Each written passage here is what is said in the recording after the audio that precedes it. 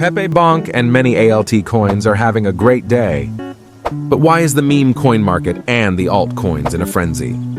Also, Ether's price has pumped 19.4% over the last 24 hours and is now trading at $3,685, its highest price since April 9th, according to CoinGecko. The reason could be that the United States Securities and Exchange Commission's alleged U-turn on spot Ether exchange-traded funds, ETFs, shifted into higher gear on May 21st after the regulator reportedly asked major exchanges to update their applications.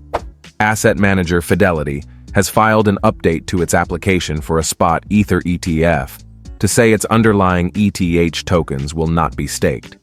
The SEC reportedly contacts U.S. exchanges to update spot ETH applications. According to Reuters, the SEC has contacted the NASDAQ, Chicago Board Options Exchange, and the New York Stock Exchange to request that they update their spot Ether ETF applications.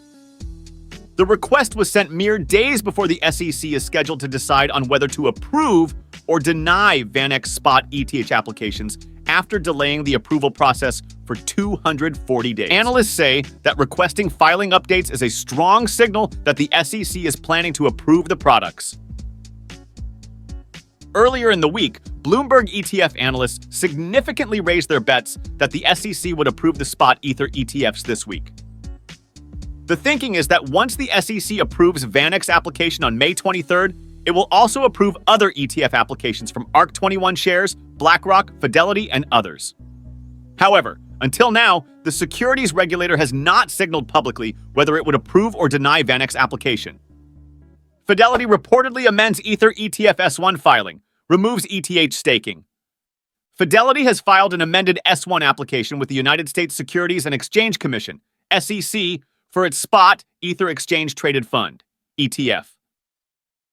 The asset management giant has reportedly filed an updated S1 application, stating that the ETF's underlying Ether tokens will not be staked. S1 filings are the SEC's required registration form for launching publicly traded securities products in the United States. The next SEC deadline is May 23rd for VanEck's Ether ETF proposal. While senior Bloomberg ETF analyst Eric Balchunas has increased the odds of approval to 75% from 25%, this only applies to the 19B4 form.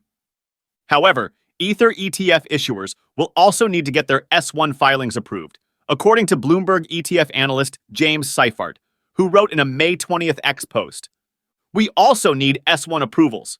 It could be weeks to months before we see S1 approvals and thus a live ETH ETF. That said, if we're correct and we see these theoretical approvals later this week, it should mean that S1 approvals are a matter of when, not if. Winter is over. Bullishness returns in wake of Ether ETF anticipation. Crypto bulls are speculating a spot Ether.